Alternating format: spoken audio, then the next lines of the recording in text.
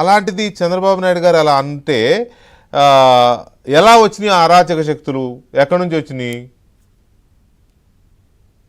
వెంకటేశ్వర గారు, దీనికి వచ్చే ముందు కొంచెం బ్యాక్గ్రౌండ్ చెప్పాల్సి వస్తుందండి.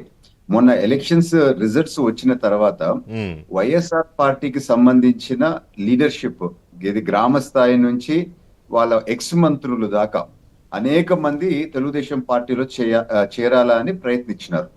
సో ఆ పర్టికులర్ పాయింట్ లో మేము వాళ్ళకి స్వాగతం పలకలేదు.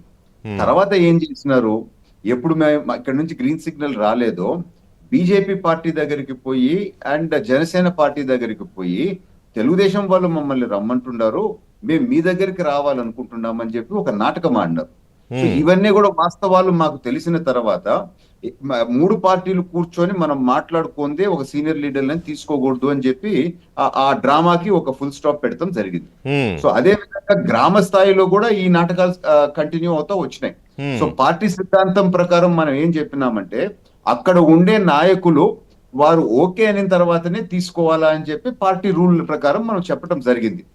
సో ఇప్పుడు ఎక్కడెక్కడ తీసుకుంటున్నారో వైఎస్ఆర్ పార్టీకి సంబంధించిన వాళ్ళు, గతంలో వాళ్ళు మా పార్టీ వాళ్ళే తప్పుదోవ బట్టి అక్కడికి పోయి ఈ రోజు మాకు తప్పు తెలుసుకున్నాము అని చెప్పి వచ్చే వాళ్ళు మనకు పనికొస్తారు, వాళ్ళు మంచి చేస్తారు అనుకునే వాళ్ళని కొందరిని వెల్కమ్ చేస్తూ ఉన్నాం. కానీ ఒకటో రెండో కోవట్లు ఇక్కడ అక్కడ ఉండేది అది ప్రతి లైన్ లో ఉండే సహజమే. కానీ నేను ఈరోజు చెప్పాలనుకుంది ఏంటి అని అంటే, చంద్రబాబు నాయుడు గారు ఆ మాట చెప్పకపోయినా మొన్న వీరయ్య చౌదరి గారి డెత్ ఇన్సిడెంట్ లోపల మా వైసీపీకి సంబంధించిన వాళ్ళు మా పార్టీ నాయకుడికి దగ్గర ఉన్నట్టు బిహేవ్ చేసి, మా పార్టీలో ఉన్నట్టు చేసి, అక్కడ ఆ కుట్ర పక్కా దాన్ని ప్లాన్ చేసి అక్కడ చంపటం జరిగింది. సో అటువంటి వాటిల్లో కూడా నమ్మించి మోసం చేసే కుటల రాజకీయము వైసీపీకి సంబంధించిన వాళ్ళది గనక దయచేసి బీ కాషియస్ అని చెప్పి చంద్రబాబు నాయుడు గారు చెప్పడం జరిగింది. కానీ ఇప్పుడు డౌట్స్ ఏమైనా వస్తున్నాయి, ఇదేదో పార్టీ వీక్ అవుతా ఉంది, కోవర్ట్స్ ఉండారు అనే విధంగా కూడా ఒక చర్చ జరుగుతూ ఉంది. నేను ఈ రోజు చెప్తా ఉన్నాను, తెలుగుదేశం పార్టీకి దాదాపు 40 years చరిత్ర ఉంది. ఇటువంటి చిన్న చిన్నవి పెద్ద డిఫరెన్స్ కావు. అండ్ ఇప్పుడు లోకేష్ గారు వచ్చిన తర్వాత సిస్టమ్స్ ఎంత పగడ్బందీగా ఉన్నాయనంటే, ఎక్కడ ఏ చిన్నది జరిగిపోయినా కానీ పార్టీకి అయితే ఇన్ఫర్మేషన్ వచ్చేస్తా ఉంది. సో ఇప్పుడు వీళ్ళల్లో ఎవడన్నా ఒకడు కోవర్ట్ గా మారినా గానీ ప్రతి స్టెప్ పార్టీ అబ్జర్వేషన్ లో ప్రతి లీడర్ది కూడా ఉంది. మంచి చేసిన వాళ్ళని ఎలివేట్ చేస్తారు, చెడు చేసిన వాళ్ళు, ఇట్లాంటి తప్పు స్టెప్స్ వేసిన వాళ్ళ మీద ఒక కన్ను ఉంటది. ఏ విధంగా చర్య తీసుకోవాలో తీసుకునే విధంగా ఈ రోజు పార్టీ మెకానిజం ఆ విధంగా ఉంది. ఎందుకంటే నేను కూడా ఒక జోనల్ కోఆర్డినేటర్ ని గనక, ఇంటర్నల్ పార్టీ స్ట్రక్చర్ ఏందో దాంతో పనిచేస్తున్నాను గనక ప్రతిదీ నోట్ అవుతా ఉంది.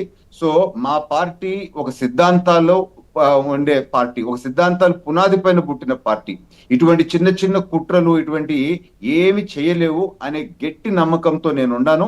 అయినా ఇటువంటి కుట్రలు మా వాళ్ళు కూడా ఎవరైనా అమాయకంగా నమ్మకూడదు అని చెప్పి చంద్రబాబు గారు ఈ రోజు కాషన్ చేయడం. చంద్రబాబు నాయుడు గారు నమ్మకూడదు అని చెప్పిన మాట వాస్తవమే.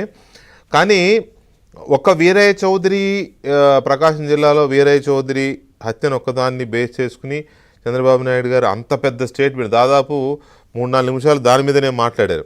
సో అంత పెద్ద స్టేట్మెంట్ ఇవ్వడము, మీరందరూ జాగ్రత్తగా ఉండాలి, ఎవరైనా అలాంటివి చేస్తే ఖబర్దార్ సహించను, నేను కూడా ఎవరిని నమ్మడం లేదు, ఇప్పుడు నమ్మలేకపోతున్నాను, ఇక ఎవరిని నమ్మను, గుర్తుపెట్టుకోండి అని చాలా చాలా చాలా చాలా స్ట్రెచ్ చేసి మాట్లాడారు. ఎందుకు ఈ కోవర్ట్ ఆపరేషన్స్ జరుగుతున్నాయి? భానుప్రకాష్ రెడ్డి గారు, చంద్రబాబు నాయుడు గారి స్టేట్మెంట్ని మనం రాజకీయాల్లో పార్టీలు మారడం తెలుసు, కానీ ఇలా మారతారని కొంత ఇది అంటే ఇక్కడికి వచ్చి ఇక్కడ చేరి అక్కడికి మొయ్యడము, లేకపోతే ఇక్కడే కొందరిని దెబ్బతీయడము, లేకపోతే చంపేయడము, దాడులు చేయడము, ఇక్కడే ఉండి, అదే కదా చంద్రబాబు నాయుడు గారు చెప్పింది, అదే కదా నేను చెప్తున్న మాటలు కాదు ఇవి. సో ఈ రకమైన ఒక పద్ధతిని ఆంధ్రప్రదేశ్లో రావడాన్ని ఎలా అర్థం చేసుకోవాలి? చంద్రబాబు నాయుడు గారి మాటల ఆధారంగా మీకేం అర్థమవుతోంది? రాజకీయాల్లో నైతిక విలువలు పడిపోతున్నాయి. రైల్వే స్టేషన్లో, బస్ స్టాండ్లో ఏ విధంగా ఈ బస్సు ఈ గంటల